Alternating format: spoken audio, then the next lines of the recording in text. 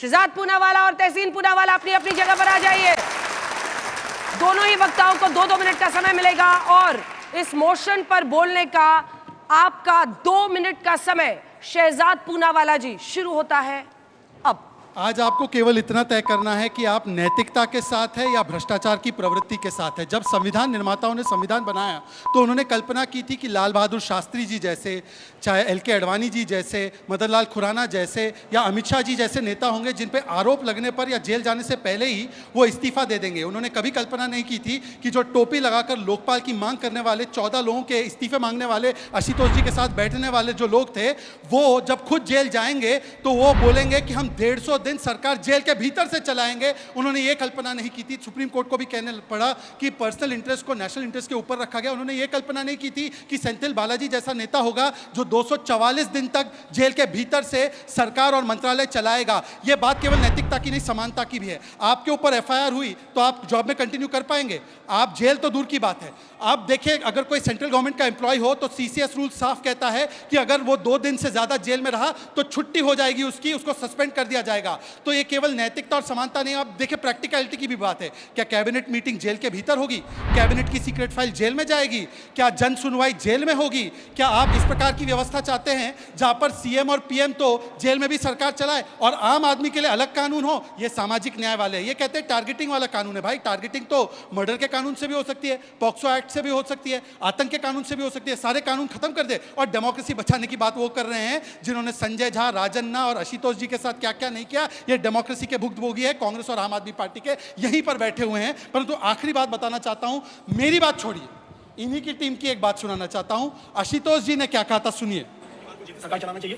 मैं चिल्ला चिल्ला के कह चुका हूं कि संविधान का खुला उल्लंघन है और अरविंद केजरीवाल को जेल जाने से पहले इस्तीफा देना चाहिए। सर ये कहे कि मैं जेल से सरकार चलाऊंगा तो क्या केंद्र की सरकार चुपचाप बैठी देखती रहेगी कि संविधान का माहौल उड़ता रहे और कॉन्स्टिट्यूशन ब्रेकडाउन हो जाए, कुछ ना करे? तो क्या मेरे ख्याल से जिस दिन अरविंद केजरीवाल जेल गए, इस्तीफा नहीं दिया, उसी दिन तो स्वयं आशुतोष जी ने कहा है कि जेल से सरकार चलाना अनैतिक है और केंद्र की सरकार को कुछ करना चाहिए। आशुतोष जी, आपकी बात आज आप उसके साथ हैं, हम तो आपके साथ। समय समाप्त हुआ। मैं फ्लोर ऑडियो बढ़ाने के लिए कह रही थी, मैं फ्लोर ऑडियो, लेकिन तालियां बजानी है तो बजाइए आप लोग।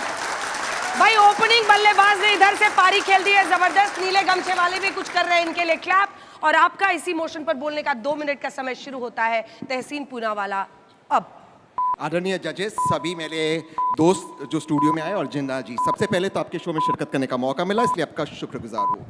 वोट छोड़ गड्डी छोड़ के नारे से पूरे देश में एक नारा लग रहा है, पूरे देश में सवाल उठ रहा है कि वोट कौन चोरी कर रहा है। और इस सवाल से डाइवर्जन करने के लिए इंग्लिश में एक मुहावरा है, लुकिंग लंदन टॉकिंग टोक्यो, कहीं पे निगाह है कहीं पे निशाना। ये लोगों ने शुरू किया है, ये इस ड्राफ्ट कानून को लाने की कोशिश की और फिर इस कानून को उन्होंने पार्लियामेंट में इंट्रोड्यूस किया। इनके पास बहुमत ही नहीं थी, इनके अलायंस पार्टनर्स इसको एक्सेप्ट करने वाले थे नहीं, ये जाने वाला था जेपीसी, ये सब इनको पता था। इसके बाद भी ये डिस्ट्रैक्शन के लिए लाए। अब जो भी जस्टिफिकेशन दे रहे हैं यहाँ पर बीजेपी के प्रवक्ता, सबसे पहले इनसे पूछिए कि जब ईडी का दुरुपयोग हो रहा है, ईडी का जो आज जो कानून है कि आप गिल्टी हो जब तक आप खुद को निर्दोष साबित नहीं करेगा, अब आपको कहेंगे कि नहीं हेमंत सोरेन जी वो तो निर्दोष साबित हो गए और साबित होने के बाद वो दोबारा से मुख्यमंत्री बने। और क्योंकि ये आम आदमी पार्टी का एग्जाम्पल दे रहे थे दिल्ली के अंदर, मनीष सिसोदिया जी, सत्येंद्र जैन जी, अरे आप मिनिस्टर कब बनोगे जब सरकार छूट जाएगी।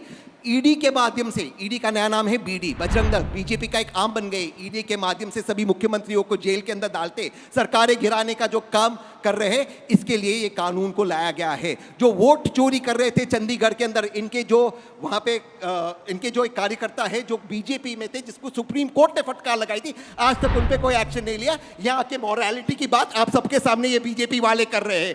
बीजेपी का मतलब है भ्रष्ट जनता पार्टी और भ्रष्टाचार का वर्ल्ड रिकॉर्ड तोड़ने वाली पार्टी।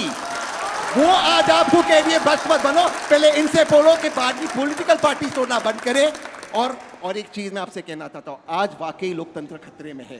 अगर ये डेफिनेटली चाहते हैं कि ये कानून आए, सबसे पहले ईडी के अंदर रिफॉर्म करे, ईडी का दुरुपयोग करना बंद करे और ईडी के अंदर जो सुप्रीम कोर्ट के हाल में जजमेंट्स आए उसको एनफोर्स करे। वो जजमेंट्स को एनफोर्स करने के बाद यहां आकर मोरालिटी का लेक्चर दे। तालियों के साथ जबरदस्त पारी, धुआंधार बल्लेबाजी।